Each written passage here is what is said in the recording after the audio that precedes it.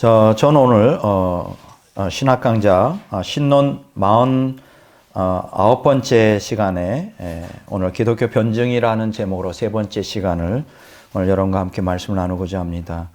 지난번과 동일한 본문이 되겠는데요. 빌립보서 1장 7절을 제가 읽도록 그렇게 하겠습니다. 빌립보서 1장 7절 내가 너희 무리를 위하여 이와 같이 생각하는 것이 마땅하니 이는 너희가 내 마음이 있음이며 나의 매임과 복음을 변명함과 확정함에 너희가 다 나와 함께 은혜에 참여한 자가 됨이라. 바울 사도가 빌립보서 1장 7절에서 우리에게 기독교 변증학의 정형을 우리에게 소개해 주고 있습니다. 여기 보면 복음을 변명함과 확정함이라는 단어가 있죠. 변명함이라고 하는 이 단어는 이제 복음을 위한 전반적인 변증으로 진리에 대한 편견을 제거하고 반론을 극복하는 일. 그러니까 신앙을 변화하는 일이에요. 이걸 이제 우리가 말한 기독교 변증학이고요. 확정함이라고 하는 것은 법률 용어인데 이제 보증한다. 그래서 전한 복음에 대해 확실한 증거를 제시하는 거예요. 그래서 신앙을 증명하는 것이죠. 이게 이제 기독교 험증학이라고 이렇게 말합니다. 그래서 사실 이제 오늘 이제 기독교 변증학에 대해서 계속 말씀을 드리는데 오늘 기독교 변증학을 이제 두 구분한다면 두 가지로 나눌 수 있어요. 기독교 변증학과 기독교 험증학으로 이렇게 말을 합니다. 이거는 이제 뭐 신학적인 용어지만 여기서 변증학이라 그럴 때는 이제 두 가지로 나누는데 이제 기독교 변증학 이럴 때는 이제 첫 번째 나누는 거는 근본 변증학이라는 거예요. 가장 본질적인 변증학이다 이거예요. 그리고 그것을 이제 응용하여 변증한 것을 증명하는 것을 이제 험증학이다. 영어로 말하면 크리스천 에비던스라고 그러죠. 기독교 에비던스는 뭡니까? 증거를 제시한다. 증명한다. 이런 얘기입니다. 아마 우리 신앙도 똑같지 않겠는가 생각해요. 우리 믿는 성도들이 전도를 하고 할 때 예수를 믿으라고 하잖아요. 예수를 믿으라고 하는데 문제는 뭐냐 하면 왜 믿어야 되는지에 대한 증명, 이 증명도 중요한 것 같아요. 이제 무조건 복음을 전파한다 할 때 그냥 예수님 믿으세요라고 하는 것도 좋겠지만 왜 예수님을 믿어야 되는지에 대한 확실한 어떤 그 증거를 제시할 수가 있어야 되겠죠. 그 증거로서는 여러 가지가 될 수 있죠. 자기가 개인적으로 만난 하나님, 이것도 하나의 강력한 증거가 될 수 있을 것입니다. 내가 하나님 만났습니다. 근데 이제 그것도 좋지만 또 여기서 우리가 생각해야 될 것은 객관적으로, 보편적으로 누구에게나 다 통할 수 있는 그런 증거들이면 더 좋겠죠. 두 가지 다 필요하다고 생각해요. 내가 확실히 예수님 만났으면 강력하게 이제 복음을 증거할 수 있고요. 또 누구라도 다 보편적으로 받아들일 수 있는 객관적인 증거들을 제시할 수 있으려면 그거 더 좋겠죠. 근데 이제 객관적인 진리, 왜 내가 믿는 것이 왜 진리인가를 객관적으로 증명하려면 그냥 되는 게 아니죠. 불 받는다고 되는 건 아니잖아요. 거기에는 확실히 깊은 연구가 있어야 될 것이다. 이렇게 생각합니다. 자, 그러니까 이제 우리가 기독교 변증학은 이제 두 가지로 나눈다 그랬죠. 기독교 변증학, 두 번째 기독교 험증학. 기억해 두시기 바랍니다. 자, 기독교 변증학이 두 가지로 나누는구나. 첫째는 기독교 변증학, 이걸 근본 변증학이라고 그러고요. 두 번째는 기독교 험증학이다. 여러분들이 이런 기본적인 지식은 갖고 있으면 좋겠어요. 그러면 기독교 변증학의 이라는 게 뭐를 위한 것이냐, 목표가 뭐냐? 성경이 말하는 하나님의 존재를 이제 증명하는 거예요. 존재를 증명함으로 기독교 유신론을 변화하려는 학문이죠. 하나님이 존재하신다. 하나님이 존재하신다는 거를 이제 증명하는 건데, 자, 그러면 이 험증학이라는 게 뭐냐? 기독교 변증학에서 이미 하나님이 존재한다는 거를 증명된 하나님을 인류를 위해서 행하시는 하나님의 사역을 증명함으로 기독교를 변화하는 학문이죠. 그러니까 조금 더 이걸 좀 자세하게 나아가면 변증학이라는 것은 하나님의 존재 증명, 험증학이라는 것은 하나님의 사역 증명. 왜 하나님이 살아서 역사하시느냐? 뭐 이런 개념을 우리가 두 가지 말할 수가 있습니다. 그래서 보통 하나님의 존재 증명에서 많이 쓰는 방법이 뭡니까? 철학적 분야죠. 철학이라는 건 그래서 저는 이렇게 생각해요. 철학이라는 거는 하나님의 존재 증명에 굉장히 탁월한 도구다. 굉장히 탁월한 도구가 될 수 있다. 철학적 분야예요. 자, 그러면 이 험증학은 뭐냐? 하나님의 사역을 증명하는 거잖아요. 그러면 그걸 뭐라고 말하냐? 과학적 분야다 말할 수 있어요. 철학이라고 하는 것은 어떤 사상적인 측면이죠. 그러면 과학이라는 것은 하나의 사상보다는 실제적인 뭐 실험을 통하여 어떤 그 증명해낼 수 있는 어떤 그 구체적인 객관적인 어떤 증거들을 얘기하는 거란 말이죠. 그래서 기독교 변증학은 철학적 분야를 다루는 거고도 기독교 험증학은 과학적 분야를 다루는 거구나. 여러분들 이렇게 이제 구분하여 생각하면 아주 쉽습니다. 그러니까 결국은 신학이라고 하는 거는 철학이나 과학을 그것을 무시할 수가 없는 거죠. 무시할 수가 없는 것입니다. 그 한때는요, 우리 사상사에 보면 한때는 신학이 철학과 과학을 아주 무시했던 적이 있어요. 물론 왜냐면 그때 당시에 철학, 뭐 계몽주의 시대에 가장 두드러진 것인데요. 철학과 이제 과학이 신학과 정면적으로 충돌했던 적이 있습니다. 그래서 하나님을 믿지 않는 사상가들은, 그때 당시에 철학자들은 과학적인 근대 과학이죠, 그때 당시에 자연과학인데 과학적인 증거를 가지고 뭐 신학을 공격했던 그런 때가 있었습니다. 그렇지만 여기서 우리가 기억해야 될 것은 신학은 절대로 철학이나 과학적인 방법론을 무시하지 않는다. 저는 그렇게 생각해요. 참, 오늘날 현대과학이 발달되는, 아주 극도로 발달된 이 시대에 우리가 살고 있다는 게 얼마나 다양한지 몰라요. 왜냐하면 계몽주의 시대에 이제 하나님을 반역하는 철학자들이 있었거든요. 그들이 하나님을 반역하는 도구로 썼던 게 근대과학, 자연과학이었어요. 봐라! 이렇게 자연과학에서 이렇게 이런 증거들이 나타나는데 성경이 정말 과학적이냐, 비과학적이지 않냐, 막 이렇게 공격을 했단 말이에요. 그러니까 항상 철학은 그 시대의 과학적인 발달에 따라 그 과학적인 도구를 철학에 사용하여서 하나님을 옹호하기도 하고 하나님을 반역하기도 하는 거예요.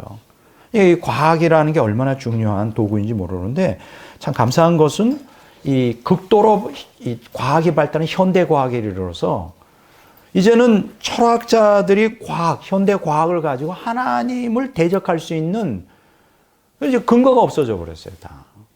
왜냐하면 현대 과학은 하나님의 존재를 증명해 주고 있거든요. 제가 여러 번 누누이 걸쳐서 제가 자신 있게 말씀드렸죠. 저는 신학으로도, 저는 철학으로도, 과학으로도 하나님의 존재를 증명할 수 있다.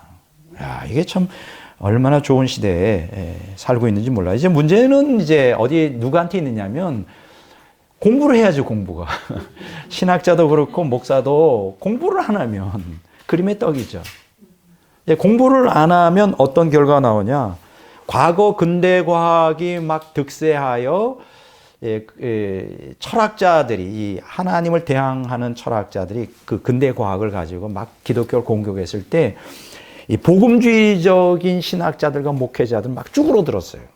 막 너무 그냥 왜소해지고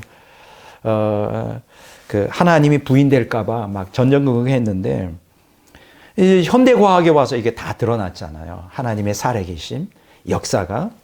그래서 자신만만하게 하나님의 살아계심을 철학적으로 또 신학적으로 논증할 수 있게 되는데 목사가 공부를 안 하면 어떻게 될까요? 과거의 공포, 포비아라 그래요. 이 두려움에 떠는 거예요. 지금 보면 많은 신학자와 목사들이 과학을 공부를 안 해가지고 현대 과학을 공부 안 하다 보고 거기에 대한 지식이 없으니까 여전히 진화론에 이 망상에서 막 진화론 가지고 막 공격하면 막 뒤로 물러가서 막 숨어버리고 말도 못하고 이런 신학자 과학 이 목사들이 너무 많은 것 같아요. 그런 시대는 다 지나갔어요. 진화론은 아무것도 아닌 거예요. 그냥 호구라는 게 근데 현대 과학을 통하여 명명백백하게 다 드러났는데 아니 공부를 안 하니까 시대가 바뀐 걸 모르는 거죠. 여러분 이런 얘기 들어봤어요? 이제 태평양 전쟁이 한참 벌어지고 뭐 일본이 이제 태평양에 있는 여러 필리핀도 그렇고 뭐 여러 나라들을 다 점령하면서 거기에 태평양에 있는 군도도 있었어요. 조그만 섬들이 있었는데 거기에서 미군과 정면으로 붙었잖아요. 뭐 과달 발음도 좀 이상해요. 콰날 뭐 이런 섬들도 있는데 이런 얘기가 여러분 알죠? 그래서 이제 2차 세계대전이 끝났단 말이에요. 1945년에 끝났는데 이제 일본군들이 이제 미군에 의해서 이제 참 전투에서 이제 패배하면서 이들이 정글로 들어간 거예요. 이 정글로 들어가가지고 전쟁이 끝난 것을 모른 거예요. 여기 아시죠? 끝난 거 몰라가지고 여전히 이제 두려움을 갖고 있는 거예요. 미군에 대한 두려움. 그래가지고 예를 들어서 이제 관광객이 지나가다가 이 사람들 만난 거예요. 막 이 사람들은 야생에서 전쟁이 끝났는데도 10년, 20년을 그냥 계속 거기서 그냥 게릴라전을 하겠다는 이미 다 끝났는데 그런데 이제 관광객들이 보고 우리 전쟁 끝났어요. 안 믿는 거예요. 그 병사가 뭐라 그러냐면 내 직속 상관이 전쟁이 끝났다. 항복해라. 하기 전엔 자기는 절대 항복할 수 없다는 거예요. 그래가지고 다행히도 그 직속 상관이 살아 있었어요. 아마 장교였는데 그래서 수소문 해가지고 그 사람이 있는 곳 정글로 와서 이젠 다 항복하고 끝났다. 내 명령한다. 해제다. 무장 해제다. 그때야 비로소 이제 정글에서 나와서 일본 국민이 되었다. 실제적인 실화죠. 지금 무슨 얘기를 하려고 그러냐면 이미 전쟁에서 다 끝난 거예요. 과학에 있어서는 근대 과학의 공포에서 현대 과학이 발전하면서 이제 진화론도 다 아무것도 아니고 하나님의 존재가 명명백백의 증거가 됐는데 문제가 뭐냐면 여기에 대한 지식이 없으니까 목사나 신학자들이 이 과학에 대해서 공부를 안 하다 보니까 지금도 자신이 없는 거예요. 막 진화론만 얘기하면 그냥 벌벌벌 떨고 막 기가 죽고 이제 그럴 필요가 없다. 그래서 참 목회자도 공부를 열심히 해야 되는데 이제 근데 가만 보면요 목사들 공부 좀 쉽지 않습니다. 제가 이제 20대 때 이제 서울에서 중국 사동에서 개척교회를 했어요. 낙원감리교회로. 지금도 그게 있습니다. 거기서 개척을 했는데 개척교회는요. 설교를 얼마나 하는지 몰라요. 새벽 기도부터 시작해서 신방 가야죠. 그리고 주일날 아침, 저녁, 그리고 토요일날 학생, 청년들 집회까지 금요일날 또 온라인을 해요. 또 철야로. 그러니까 지금 계산해 보니까 설교를 갔다가 그때 당시에 14번, 17번? 이게 상상이 됩니까? 설교를. 일주일에 17번씩을 설교를 했어요. 항상 주일날 저녁 되면 목이 꽉 잠겨가지고 부흥사도 아닌데 그랬던 적이 있습니다. 근데 지금 그러다 보니까 여러분 지금은 안 그렇죠. 그때로 보니까 그때는 말씀이 이 마음으로 들어갈 기회가 없는 거예요. 그냥 머리로 돌아서 곧바로 입으로 나가고 17번씩 설교하다 보니까 야, 진짜 우리나라 이 목회가 참 어렵다. 지금도 그렇게 하는 분이 있을 것 같은데, 야, 이게 쉽지 않다. 그러면 언제 공부를 하겠습니까, 목회자들이. 그래서 저는 어떤 사명이 있느냐면, 저는 학자잖아요. 그래서 공부를 지금도 열심히 공부하고 있습니다. 열심히 글도 쓰고 있고. 그래서 신학자로서의 사명이 뭐냐. 목회자들이 공부를 다 못하니까 그들에게 자료를 제공해 주는 거예요. 좋은 자료. 저도 이제 수십 년간 신학을 공부하다 보니까 그러면 수십 년 배우고 그동안 2000년 동안 신학이 엄청 발전을 했잖아요. 여러분들이 도서관에 가보면요. 이 성서 주해를 해놓은 박사학위를 받은 사람들이 꽉 차 있어요. 그냥 창세기 1장 1절 그거 하나만 가지고도 박사학위예요. 그러니 얼마나 그 성경 가지고 박사학위 받은 사람들이 2000년 동안 얼마나 많겠습니까? 그런데 가만 보니까 그 대부분의 그 학문들이 창의적인 게 없더라고요. 다 베낀 거예요. 누구 거 다 베끼고.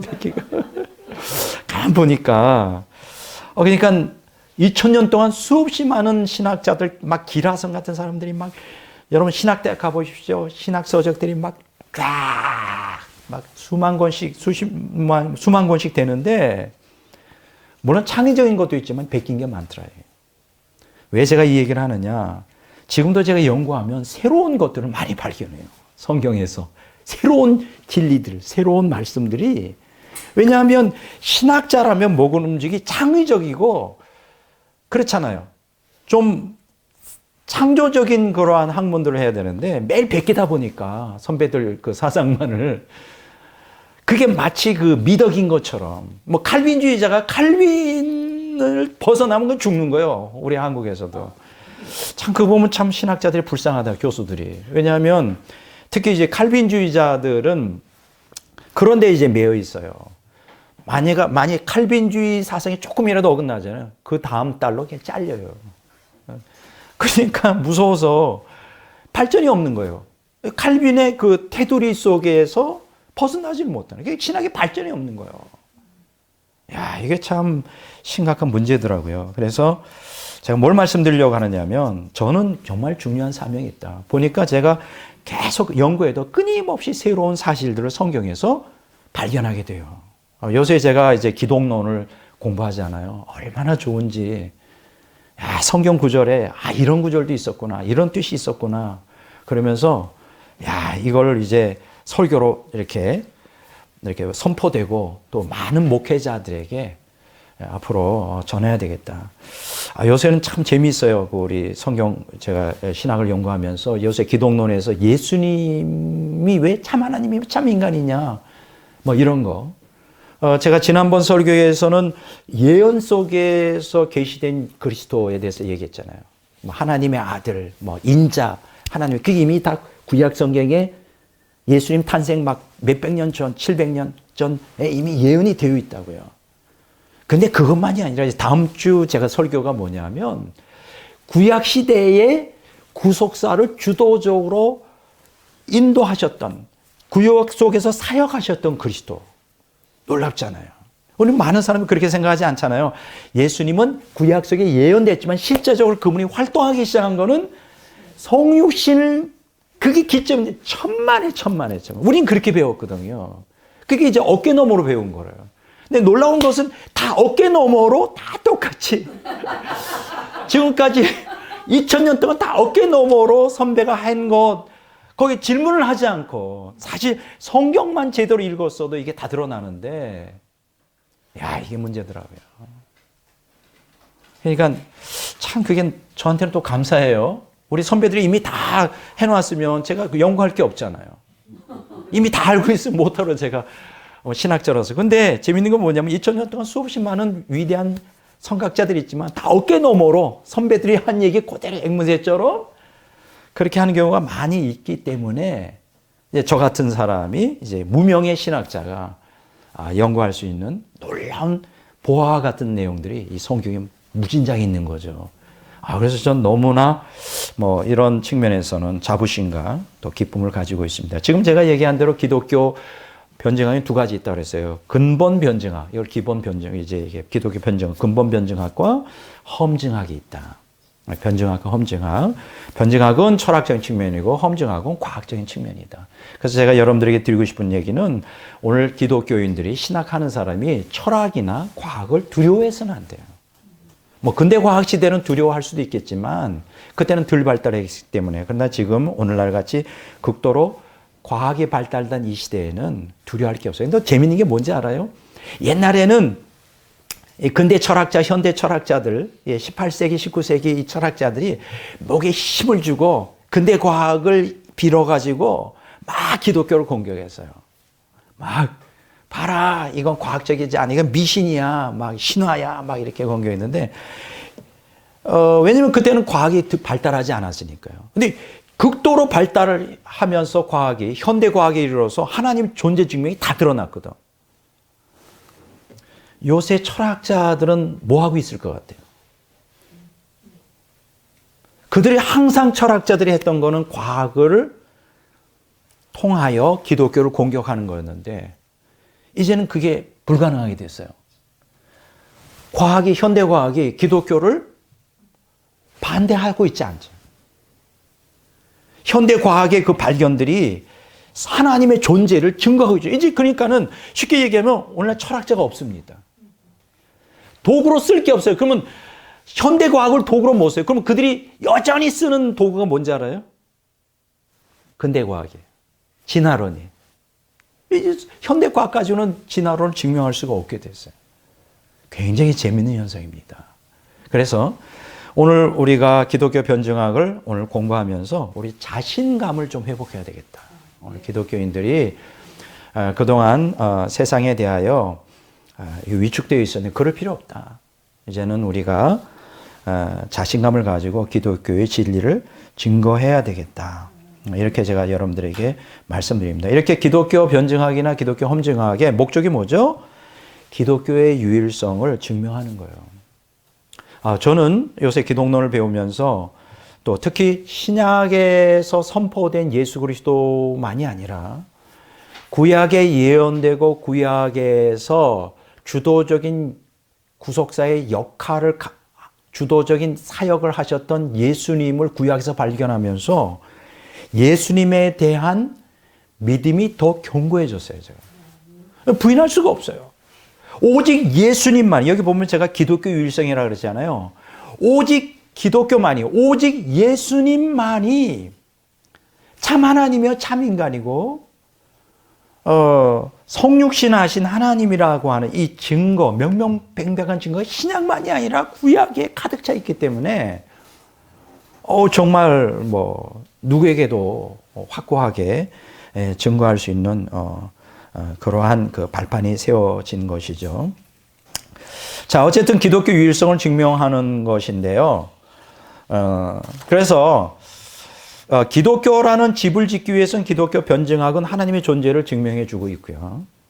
그러면 이제 집의 그 기초를 놓은 일을 이제 해 놓았다면 기독교 변증학이 놓은 기초 위에 기독교라는 집을 짓는 여기 이제 하나님의 사역을 증명하는 건데 이게 험증하게 하는 거예요. 그러니까 기독교 변증학과 기독교 험증학은 동전의 양면처럼 서로가 보완적인 역할을 한다. 이렇게 말할 수 있습니다. 그래서 이 두 학문, 기독교 변증학과 기독교 험증학은 영적 전쟁에서 적을 공격하고 방어하는 무기 역할을 한다. 그러니까 여러분들 오늘날 우리가 영적 전쟁하면 이제 기도로서 또 말씀만 가지고 전쟁을 한다고 하지만 사실 뭐 2000 기독교 역사에서 그것만이 아니라 철저히 철학이나 과학을 가지고서도 변증할 수 있는 훈련이 우리에게 사실 필요한 것입니다. 왜냐하면 무신론이 오늘날 지금 저와 여러분들이 살고 있는 이 시대에도 무신론이 막 계속 늘어나고 있어요. 계속. 그러니까 이 무신론이 지금 뭐 미국도 마찬가지지만 전 세계적으로 아주 번창하고 있어요. 근데 제가 생각할 때 이 무신론이 왜 번창했을까 생각하는 게 이렇게 역사를 공부해 보면요.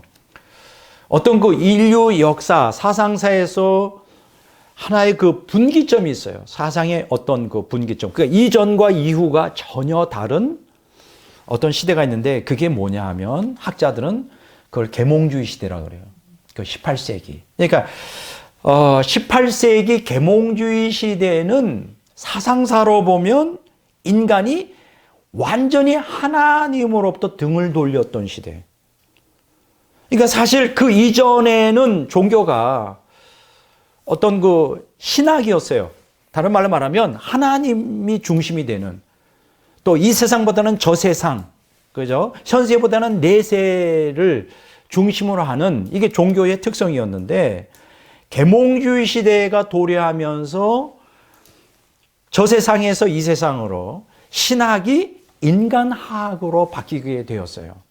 다른 말로 말하면 신학이라고 하는 것, 하나님을 믿는 것이 인간의 욕구를 채우기 위한 하나의 수단으로 전락하고 말았단 말이에요. 이걸 갖다 이제 신학자들은 뭐라 그러냐면 종교의 분수령이라고 그래요. 분수령. 완전히 전혀 다른. 그러면서 이 종교가 이제 세속화됩니다. 이 세속화라는 게 뭐냐면 이 세상성을 지향한다. 자, 그래서 인간이 추구하는 모든 것이 뭐 하나님이 아니라 인간이고, 그리고 저 세상이 아니라 현세 지향적이다 보니까 하나님을 떠나는 인간이 점점 많아지는 게 당연한 거예요. 그래서 저와 여러분들이 살고 있는 오늘 이 시대에 기독교 변증학이 요구되는 이유가 뭐냐? 무신론자들이 점점 번창하고 있어요. 점점. 이건 참 문제가 심각한 것입니다. 야, 그래서 우리가 이런 무신론자의 이러한 급진적인 번창에서 우리가 가만히 있으면 안 되겠다. 지금 우리 한국적인 상황도 그렇죠. 우리 한국이 이제 산업화가 되고 우리 한국도 세속화가 급속도로 진행된다고 봐야 되는데 지금은 전도하기가 참 어렵습니다. 그렇죠. 옛날에는 제가 목회를 시작할 때만 해도 80년대만 해도 그렇게 그때보다는 훨씬 쉬웠어요. 옛날에 그때는 70년대 같은 경우는 텐트만 탁 쳐놔도 막 교회가 될 정도로 사람들이 교회로 많이 몰려왔던 시대가 있었어요. 근데 지금 저와 여러분들이 살고 있는 이 대한민국의 현 상황은 점점 하나님을 떠나는, 그래서 종교가 힘을 잃어가는 그러한 상황 가운데 있거든요. 그래서 무종교인이 증가하는 추세예요. 점점. 야, 참 이거 문제가 심각합니다. 2016년도에요. 유럽의 21개국에 16살에서 29살까지 사이에 젊은이들 대상으로 설문조사를 했어요. 그러니까, 근데 이 충격적인 결과가 나온데 뭐냐 하면, 12나라에서 50% 이상의 응답자가 자신이 무종교인이라고 고백을 했습니다. 야, 어마어마한 것이죠. 유럽 EU 연합에 속해 있는 21개국 나라 가운데 젊은 사람들, 16살, 39살까지, 29살까지 젊은 사람들 대상을 했는데 나는 하나님 믿지 않습니다. 종교 자체가 없습니다라고 고백한 게 12개 나라에서 몇 명? 50%예요. 어마어마한 숫자예요. 어마어마한 숫자입니다. 가장 비율이 높았던 게 충격인 게 뭐냐면 체코가 몇 프로인지 알아요? 무종교인. 아예 종교가 없어. 91%나 돼요. 야, 여러분 체코 하면 유명한 종교개혁자 기억나시지 않나요? 얀 후스라고. 사실 체코슬로바키아, 체코라고 하는 나라는 종교의 나라였어요. 로마 카톨릭이 굉장히 성행했고 번창했던 나라인데 거기 이제 개신교에 얀 후스라는 사람이 나타나서 박해를 받아 결국 순교하게 되잖아요. 그때는 얀 후스를 따라서 목숨을 걸고 신앙을 지켰던 사람들이 많이 있었어요. 지금 어떻게 바뀌었는지 알아요? 이 체코의 91%가 종교가 없어요. 야, 이거 굉장히 충격적이죠. 지금 에스토니아 여러분 기억하십니까? 80%가 무종교인이에요. 여러분 스웨덴은 몇 프로일 것 같아요? 스웨덴도 굉장히 이게 다 동구 유럽, 유럽 쪽은 다 로마 카톨릭 개신교, 스웨덴도 개신교죠. 근데 몇 프로나 무종교인인지 알아요? 75%. 어마어마합니다. 이렇게 점점 종말이 끝이 다가올수록 하나님을 믿지 않는 무신론자들이 득세를 하고 있어요. 우리 한국은 몇 프로나 될까요? 그래도 한국은 조금 낮겠죠. 근데 한국도 56.1%가 무종교인이에요. 이건 종교 자체가 없어요. 불교든 유교든 가톨릭이든 기독교든 믿지를 않습니다. 근데 내가 생각할 때는요, 시간이 흘러갈수록 이렇게 무종교층들이 우리 대한민국도 많이 늘어날 것이다. 그리고 솔직히 말해서 예수를 믿는다고 해도 교회를 안 다닌 사람들이 상당수가 됩니다. 이걸 이제 우리는 흔히 가나안 교인이라고 해요. 안 나가, 가나안. 이걸 이제 우리 영적인 홈레스들이라고 그래요. 그러니까 이제 이게 교회 다니면서 뭐 아침 일찍 일어나서 막 차 타고 와서 교회 와서 예배 드리고 거기다 또 봉사하고 헌금하고 또 목사의 통제받는 게 싫은 거죠. 그러니까 아예 안 나가. 그러면서도 예수를 믿는데요. 그런 사람들이 엄청 많아요. 교회를 다니다가 안 나가는 사람들이 엄청 많아요. 지금 이게 지금 오늘날 지금 종말의 끝에 살아가는 이 시대에 굉장히 우리 기독교가 처한 굉장히 무서운 현실이에요. 그러니까 지금 종교인들의 숫자가 줄어드는 것은 탈제도화, 이런 조직이 싫다 이거예요. 나 혼자. 탈형식화, 뭐 예배 형식 싫다는 게. 뭐 이런 그 새로운 형태의 종교죠. 개인주의적 종교죠. 교회에서 인터넷으로 예배 드리고 뭐 이렇게 이런 사람들이 굉장히 늘어난다는 거예요. 그러다 보니까 유럽에서는 지금 종교가 거의 빈사 상태에 있어요. 여러분들이 보시면 알겠지만 한때는 기독교가 붕했던 뭐 영국이나 프랑스, 그 외 독일은 뭡니까? 마틴 루터의 종교의 본산지 아닙니까? 그런 나라들이 이제 기독교들이 거의 다 사라지고 있어요. 근데 이런 추세는요, 미국도 마찬가지고요. 이런 추세는 한국도 마찬가지예요. 보시면 아시겠지만 한국도 이렇게 기독교인들이 점점 사라지고 있어요. 그래서 이런 추세로 간다면 앞으로 기독교는 100년 내에 사라질 것이다. 뭐 이런 통계를 갖고 있는 사람들이 있습니다. 근데 이런 것들은요, 제가 생각할 때는 성경의 진리가 거짓이라 안 믿는 게 아니거든요. 이게 이 시대의 포스트 모던 문화, 또 상업 자본주의 이런 것들이 함께 얽혀가지고 굳이 교회의 어떤 예배에 참석을 해야 되느냐 하는 이러한 그 필요성이 이제 사라지게 되는 거예요. 이게 앞으로도 문제가 많이 있을 것 같은데, 이런 상황에서 우리는 어떻게 해야 되느냐? 좀 더 전향적으로 변증학 교사를 양성해서 무신론자들의 확산을 차단해야 된다는 그러한 그 심각성이 지금 오늘날 교회 안에서 대두되고 있습니다. 미국 남침내 경우 같은 경우인데요. 점차 이 반기독교 정서가 확산되고 있거든요. 그래서 변증학 교사를 양성하는 프로그램을 이제 이 사람들이 생각하고, 이 사람들이 500명의 변증학 교사를 준비시키기로 하는 훈련 프로그램을 계획을 세우고 있다. 뭐 이런 얘기를 하고 있습니다. 사실 이제 제가 생각할 땐 그래요. 이제 기독교가 그동안 이렇게 오는 교인들, 이게 우리 전통적인 교회의 모습이잖아요. 근데 앞으로 제가 분명히 전망하기로는 점점 지금 전통 교회의 그 흐름은 쇠퇴해 갈 것이다. 그리고 비정상적인 신비주의적이거나 뭐 신사도 운동 같이 이 비성경적인 이러한 뭐 사이비적인 이러한 기독교는 번창할 것이다. 자, 그렇게 되면 어떻게 될까요? 가짜가 더 종교로서 자리를 잡고 진짜는 쇠퇴해 가는데, 이런 상황 가운데서 우리가 어떻게 해야 될까? 그냥 무조건 예수 믿으세요. 무조건 그냥 단순한 전도로만 가지고서는 이제 거의 이제 설득력을 잃어가는 그러한 시대에 가고 있어요. 그래서 저는 이렇게 생각해요.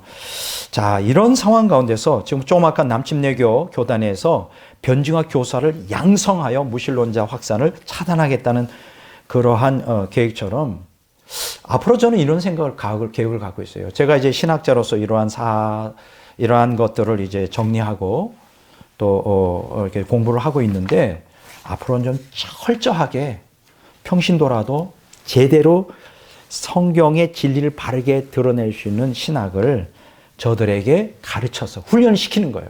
그런 훈련소를 만들어서 전문적으로 공격적으로 뭐 신천지처럼 이렇게 이제 나가야 되지 않겠는가. 단순히 뭐 예수 믿고 구원받으세요. 단지 우리 교회 와보세요. 이 정도만 가지고서는 설득력을 잃어버리는 굉장히 어떤 면에서는 굉장히 심각한 상태죠.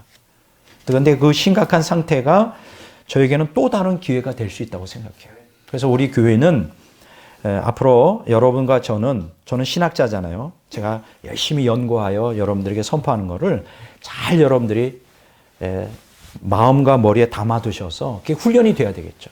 훈련이 돼가지고 앞으로 모두가 다 변증학 교사가 돼야 돼요. 변증학 교사가 돼야 돼요. 이제 그런 시대가 되었다 이렇게 생각합니다. 자, 이제 변증론에서는 우리가 변증을 하려면 어떻게 되죠? 우리가 이성과 감성을 사용해야 돼요. 우리의 머리와 우리의 어떤 그 체험 이런 것들을 사용하고 그래서 철학과 과학적인 증명들을 가지고 우리가 하는데 여러분들이 잘 아시는 대로 인간의 이성과 감성은 타락해 부패했기 때문에 불완전하잖아요.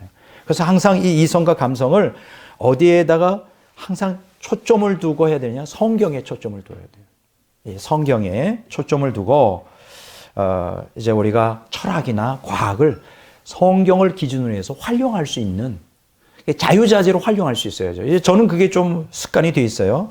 성경을 바르게 이해하고 거기에다가 철학과 과학의 증거들을 가지고 그걸 활용한단 말이죠.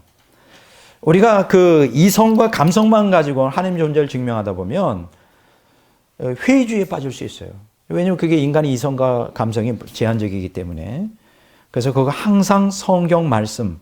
근데 또 어떤 사람들은 그냥 성경 말씀만을 증거하는 경우가 있어요.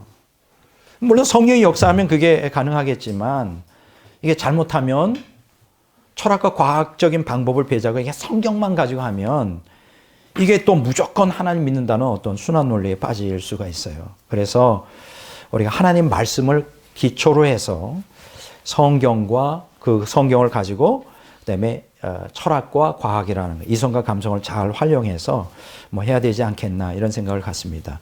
여러분 그 오늘 제가 책 한 권을 가지고 나왔는데 리스트로벨이라고 들어보셨죠? 리스트로벨. 이 사람의 가장 대표적인 책이 바로 이겁니다. 저희 집에도 이분의 책이 몇 권이 있는데 이분이 어떤 사람이냐면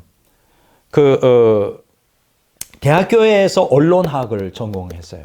언론학을 전공하고 대학원은 어디 나왔냐면 예일대학교 법과대학원을 나왔어요. 아마 제가 생각할 때는 미국에서 가장 뛰어난 법과대학이 하버드나 아마 예일대학으로 알고 있어요. 그러니까 명문대학을 나왔는데 이 사람이 시카고의 그 아주 최고의 그 신문사인 트리뷴이라고 하는 곳에서 이제 법률 담당 기자로 17년간을 이제 거기에서 일을 했어요. 이게 굉장히 근데 이 사람이 워낙 똑똑하고 이 논리적이다 보니까 하나님을 반대하고 하나님을 믿지 않았어요. 하나님을 전혀 안 믿는 부부가 다 믿지 않는 상황이었어요. 그런데 어느 날 사건이 일어납니다. 이제 부부가 이제 행복할 거 아니에요. 뭐 출세하고 잘 나가니까.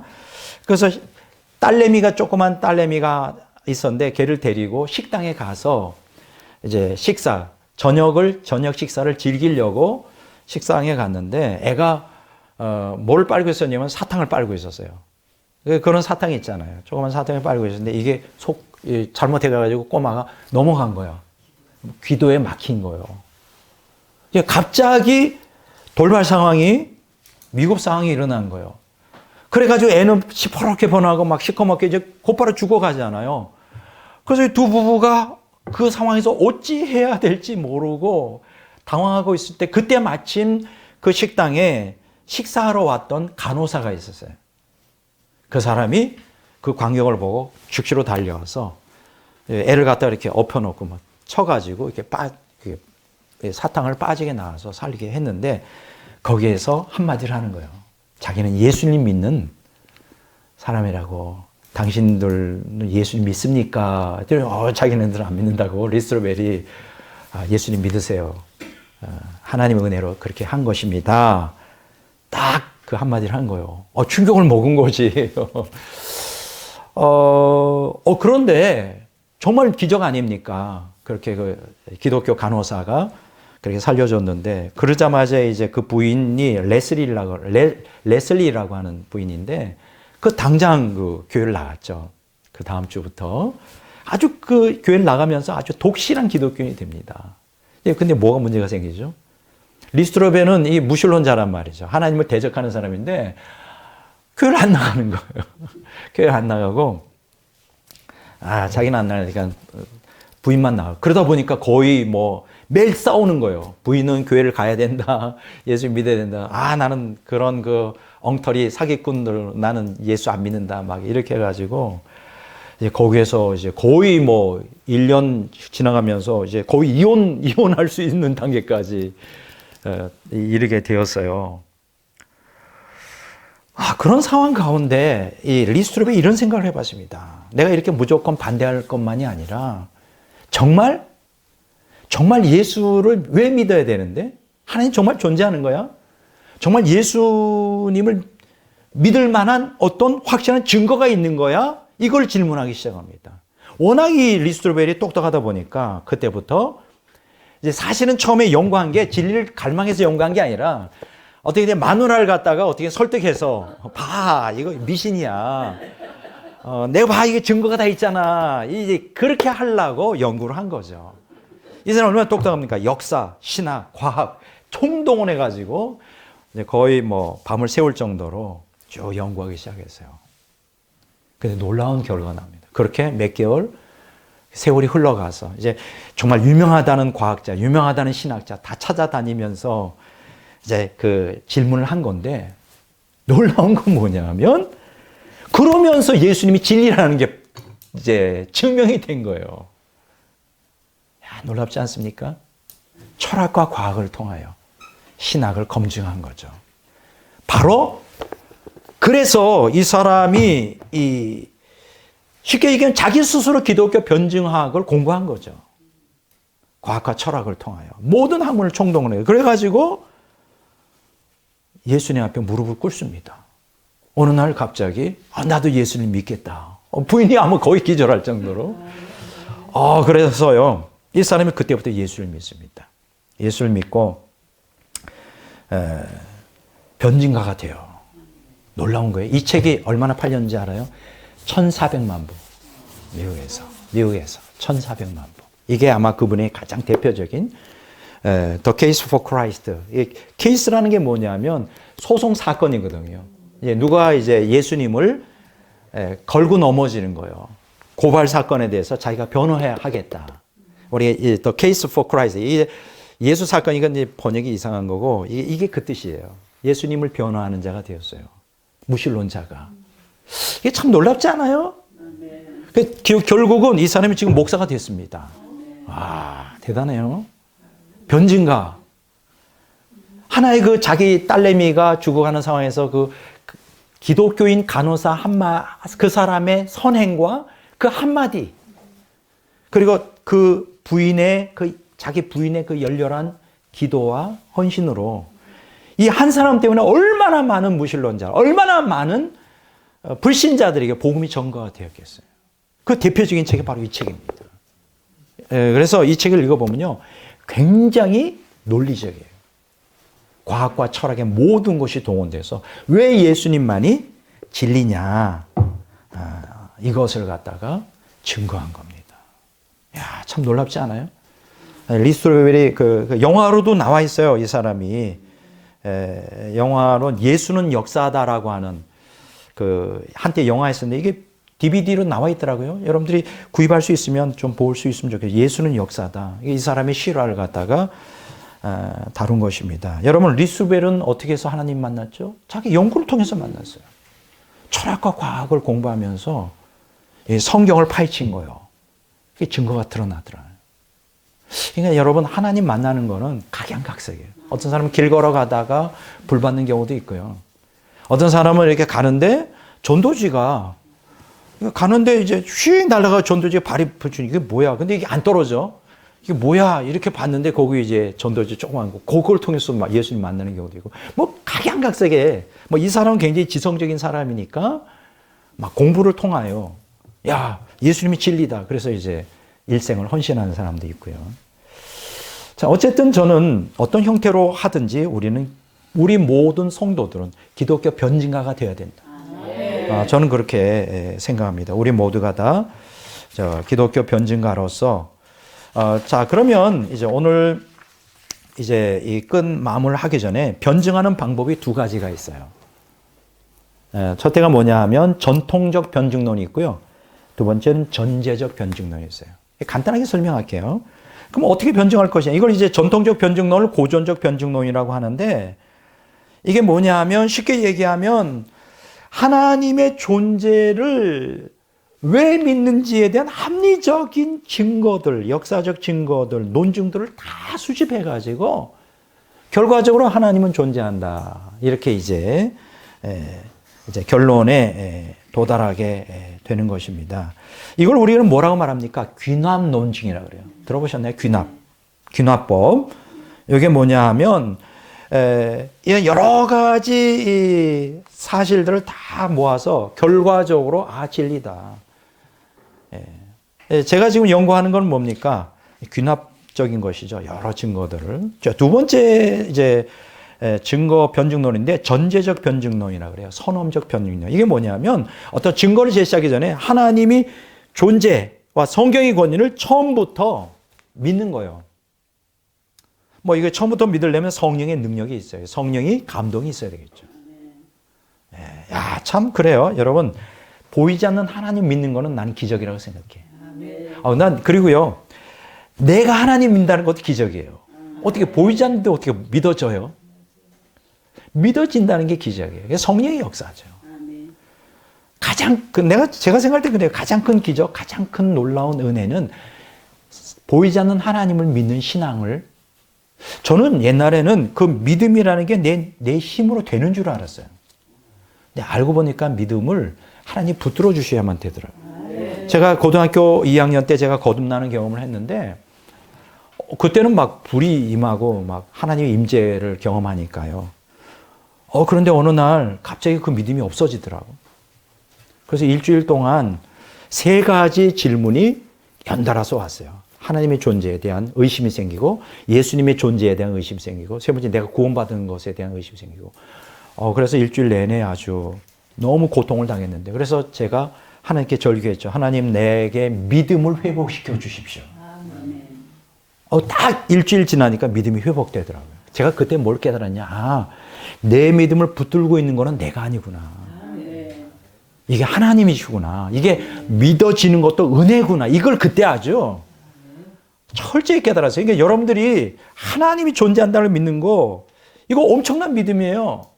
예수님이 구주로서 믿어지는 거 이거 엄청난 믿음이에요.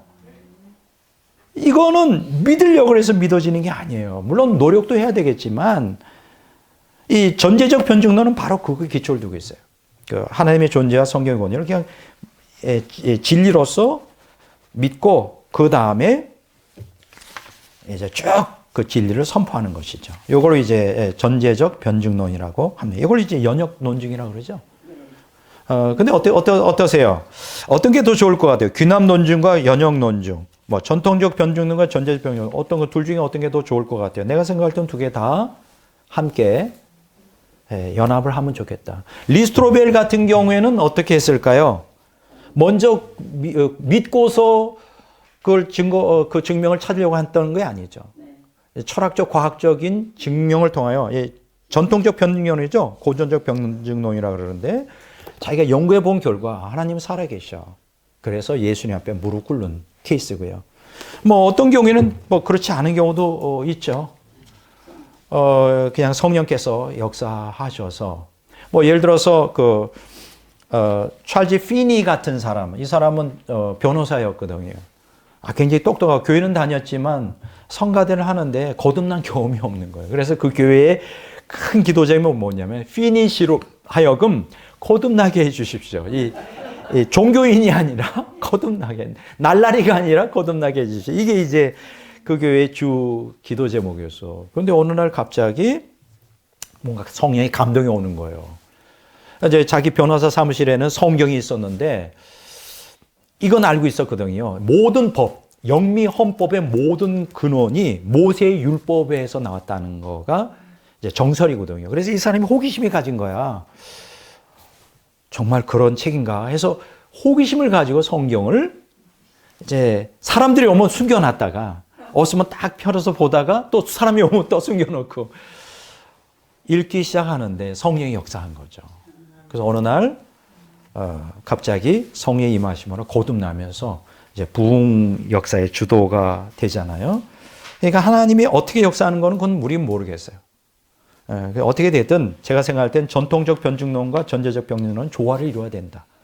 두 가지 다 귀납 논증과 연역 논증 같은 건 조화를 이루어야 된다. 저 같은 경우에는 이제 하나님 만나기를 3년간 기도했죠. 기도해서 만난 케이스예요. 그리고 제가 신학을 깊이 공부하면서 더 신앙에 견고해지는 케이스죠. 저는 제가 신학자가 됐던 게 얼마나 자랑스럽고 얼마나 좋은지 몰라요. 왜냐하면 제가 신학자가 아니었으면 남이 어깨 너머로 들은 거를 계속 전수해서 저도 어깨 너머로 하면 헷갈릴 텐데 그 2000년 역사를 그 잘못된 걸 다 정리하면서 제가 다 정리해서 성경 말씀이 또 뚜렷해지니까 이건 뭐 확실하죠. 저는 누가 알아주든 알아주든 그건 전 두 번째예요. 그건 알아주든 알아주지 않든 저는 신학자로 그거는 두 번째 문제고 저는 제 스스로가 신학자로 하나님 불렀다는 확신을 갖고 있거든요. 근데 그게 얼마나 행복한지 몰라요. 다시 기회가 주신다면 저는 똑같은 길을 갈 겁니다. 10번이라도 똑같은 길을 가요. 아니요. 당신한테 100억을 줄 테니까 함께 비즈니스 해볼래요? 난 아니에요. 나는 이 길을 청빈하지만 나는 이게 너무 좋아요. 진리를 깨닫고 진리에 서 있다는 게 저는 너무 좋기 때문에 저는 이 길을 가겠다. 이게 얼마나 감사한지 모릅니다. 이렇게 나이가 들수록 세월이 흘러올수록 젊은 사람들은 이런 진리에 대한 개념이 없어요. 그러나 세월이 흘러가고 나이가 들수록 이 진리라는 게 얼마나 나를 붙들어주는 내 인생에 그렇죠. 내 환경이나 내 물질이나 내 환경에 나를 붙들어주는 게 아니라 진리가 나를 붙들어주고 있다는 것이 얼마나 제가 나이가 들수록 감사한지 모르겠어요. 내가 진리 되신 예수님을 확실히 알고 믿는다는 것도 얼마나 감사한지 모르고. 그래서 요새는 참 너무 행복합니다. 그래서 오늘 전통적 변증론과 전제적 변증론은 조화를 이루어야 된다. 기독교는 믿음이요. 증명이 아니라고 칼바트를 얘기했는데 그건 아니다 이거예요. 그렇다고 해서 존재 증명을 포기해야 되냐? 그건 아니다 이거예요. 우리 하나님이 주신 믿음도 중요하고 인간의 이성과 경험도 또 중요하다. 이게 믿음과 이성과 경험이 함께 잘 어우러질 때 우리는 아주 균형 잡힌 신앙을 가질 수 있다. 제가 오늘 드리고 싶은 마지막 멘트가 되겠습니다. 오늘 이 시대는 그냥 전도해서 사람들이 주님 앞에 돌아오기가 어려운 시대입니다. 그래서 우리는 이 마지막 시대에 기독교 변증학 교사가 되어야 되겠어요. 그러려면 제일 먼저는 믿음이 있어야 되겠고 믿음만 주장하지 말고 또 성경만 가지지 말고 철학과 이성과 감성을 통하여 철학과 과학 이런 균형 잡힌 학문들도 함께 신학을 중심으로 잘 풀어내서 누구에게든지 확실하게 예수님을 증거할 수 있는 확고한 그 기독교 변증가가 되어야 되겠죠. 그런 사람들을 하나님이 원하신다. 저는 그렇게 생각합니다. 오늘 이제 강의를 여기까지 하고 끝내도록 그렇게 하겠습니다.